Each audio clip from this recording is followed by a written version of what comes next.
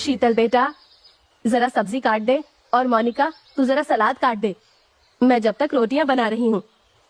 हाँ माँ, मैं अभी करती हूँ। माँ, मुझसे तो कोई काम करने के लिए बोलना ही मत, मैं अपने नाखून भी खराब नहीं करना चाहती। ये सब काम शीतल को अच्छे लगते हैं ना। कोई बात नहीं मोनिका, तो तैयार हो जा, तुझे भी तो कॉलेज जाना है। कॉलेज? पता है, वहाँ सब मुझे देखकर जलते हैं। मुझे देखकर लड़कियाँ खुद को आईने में देखना छोड़ देती हैं। आखिर हो भी क्यों ना, मैं हूँ ही इतनी सुंदर। सुंदर हो अच्छी बात है, पर किसी चीज का इतना घमंड नहीं करना चाहिए बेटा। वक्त सब कुछ बदल देता है। वक्त तो शीतल का बदले तो अच्छा होगा, तभी तो उसकी भी किस्मत खुलेगी। बेचारी शक्ल से भी सुंदर नहीं है, और ना ही अच्छे कॉलेज में एडमिशन हो पाया। मेरी किस्मत मेरे चेहरे पर ही लिखी है। देखो, इतनी खूबसूरत हूँ कि लोग यूँ मुझे फिल्म और मॉडलिंग के लिए साइन करेंगे। मोनिका तैयार होकर अपना बैग लेकर कॉलेज के लिए निकल जाती है। दोपहर तक सारा काम खत्म करके शीतल अपने कमरे में जाकर किताबें पढ़ रही होती है, और इतने में मोनिका भी कॉलेज से आ जाती है और आकर अपनी सेल्फी इंस्टाग्राम पर पोस्ट करती है। उफ, ये खूबसूरती! आज तो सारे लड़के मेरी पोस्ट देखकर मुझ पर फिदा हो जाएंगे। शीतल, तू भी सीख ले मुझसे कुछ। थोड़ा मेकअप, थोड़ा स्टाइल तेरे काम आएगा। मैं जैसी हूँ वैसी ठीक हूँ। अरे पर तू अपना हुलिया तो देख, ऐसे तो तुझसे कोई भी शादी नहीं करेगा। कोई तो होगा जो मुझे मेरी शक्ल से नहीं बल्कि मेरी सादगी से चुनेगा। शीतल मोनिका को कोई जवाब नहीं देती, पर उसके चेहरे पर एक अजीब सी चमक होती है। अगले दिन रविवार होता है। घर में मामी जी के आने की तैयारियां चल रही होती हैं, जो मुंबई से पूरे 4 साल बाद उनसे मिलने आ रही होती हैं। शीतल हमेशा की तरह सबके काम में हाथ बटा रही होती है, और मोनिका हमेशा की तरह मोबाइल पर लगी होती है। शीतल बेटा, मामी जी अभी आती ही होंगी, जरा शिकंजी वगैरह बनाकर तैयार कर दो। जी माँ, अभी बनाती हूँ। थोड़ी देर बाद शीतल और मोनिका की मामी आ जाती हैं। वो मुंबई के बहुत बड़े स्कूल की प्रिंसिपल होती हैं। उनके आने से सब बड़े ही खुश होते हैं। वैसे तुम दोनों आजकल क्या कर रही हो? मेरा कॉलेज तो पूरा हो गया है, बस अब पीएचडी करना चाहती थी, पर उसके लिए शहर जाना पड़ेगा, इसलिए मैंने ये ख्याल दिमाग से ही निकाल दिया। और तुम मोनिका? मैंने तो फाइनल ईयर के पेपर दिए हैं, अब बस मुझे मॉडलिंग में अपना करियर बनाना है। चलो अच्छा है। वैसे भाभी, हमारे स्कूल में नई असिस्टेंट की जरूरत है। मुझे लगता है शीतल इस काम के लिए ठीक रहेगी। अगर आप कहो तो मैं इसे कल अपने साथ मुंबई ले जाऊं। ये तो बहुत अच्छी बात है। अरे मामी जी, आप शीतल को लेकर क्यों जा रही हो? मुझे भी लेकर जाओ, शहर तो मुझे भी जाना था। बेटा, ये जॉब सुंदरता की नहीं, संयम और मेहनत की है। शीतल ही इस जॉब के लिए ठीक है। पर मुझे भी शहर जाना है मामी जी। अगर शीतल शहर जाएगी तो मैं भी साथ जाऊंगी। बेटा, तुम समझती क्यों नहीं हो? ये सब मॉडलिंग बनना, हीरोइन बनना मजाक नहीं है। अरे पापा, मुझे भेजकर तो देखो, देखना मैं कैसे शीतल को पीछे छोड़कर आगे निकल जाऊंगी। अगली सुबह दोनों लड़कियां एक बड़े शहर में ट्रेन से उतरती हैं।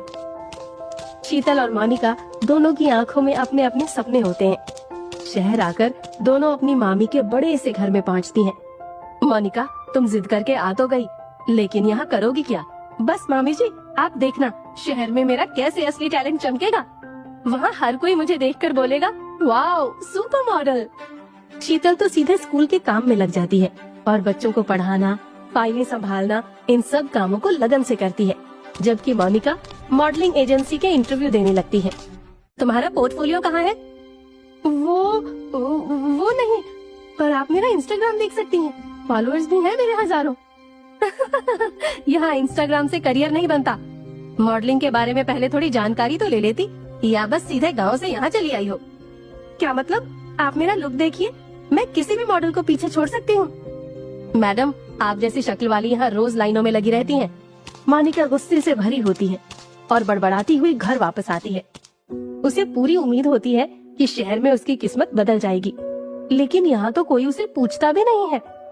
ये सब फेक है, मुझे समझ नहीं आ रहा अब मैं क्या करूँ। उन एजेंसी वालों को तो मेरी कदर ही नहीं है। गुस्सा करने से कोई फायदा नहीं है मोनिका, इससे अच्छा तो तुम पहले सब सीख लो और फिर से ट्राई कर लेना। हाँ, मैं हार नहीं मानने वाली। मोनिका अब एजेंसियों के चक्कर काट काट कर पागल हो चुकी होती है, पर एक दिन उसे एक एड के लिए काम मिल ही जाता है। उस दिन तो मोनिका की खुशी का ठिकाना ही नहीं होता। देखा, मैंने बोला था ना कि मैं करके दिखाऊंगी। अब कल मेरा शूट है, उसके बाद देखना सारी दुनिया मुझे जानेगी। मोनिका अगले दिन अच्छे से तैयार होकर निकलती है, पर रास्ते में उसका एक्सीडेंट हो जाता है। उस एक्सीडेंट में मोनिका के चेहरे पर काफी चोट आती है और उसके चेहरे पर एक गहरा निशान पड़ जाता है। मोनिका खुद को शीशे में देखकर खूब रोती है। सब बर्बाद हो गया, सब कुछ खत्म हो गया। अब मैं कभी मॉडल नहीं बन पाऊंगी, कभी हीरोइन नहीं बन पाऊंगी। मोनिका मेरी बहन, हिम्मत मत हारो, सब ठीक होगा। एक रास्ता बंद हुआ तो दूसरा रास्ता चुन लो। माँ सही कहती थी, हमें कभी किसी चीज का घमंड नहीं करना चाहिए, क्योंकि हम जिस चीज का घमंड करते हैं वो घमंड भगवान तोड़ ही देते हैं। मैंने समझा कि शक्ल ही सब कुछ है, पर ऐसा नहीं है। कर्म ही इंसान को ऊंचा बनाते हैं। जिस चीज का घमंड किया वही आज मेरे काम नहीं आई। हिम्मत नहीं हारते मोनिका, तुम फिर से कोशिश करो और देखना तुम एक दिन बहुत बड़ी मॉडल बनोगी। मोनिका को आखिरकार अपनी गलती समझ आ ही जाती है। जैसे ही वो ठीक होती है, वो एक मॉडलिंग एजेंसी में रिसेप्शनिस्ट की जॉब करने लगती है। वो सबसे बहुत अच्छे से व्यवहार करती है और घर में बाकी काम में मदद करती है। देखते देखते 2-4 महीने बीत जाते हैं। रोज की तरह मोनिका रिसेप्शन पर बैठी होती है कि तभी उसका बॉस अपनी असिस्टेंट पर चिल्लाने लगता है।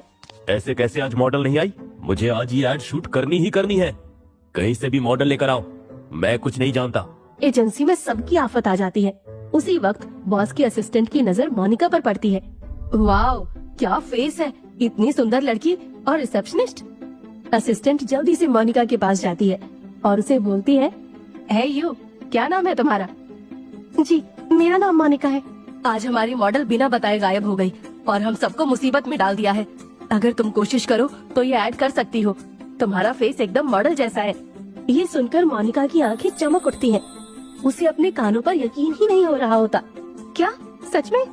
आप सच बोल रही हैं ना मैम? हाँ हाँ, सच बोल रही हूँ, बताओ जल्दी।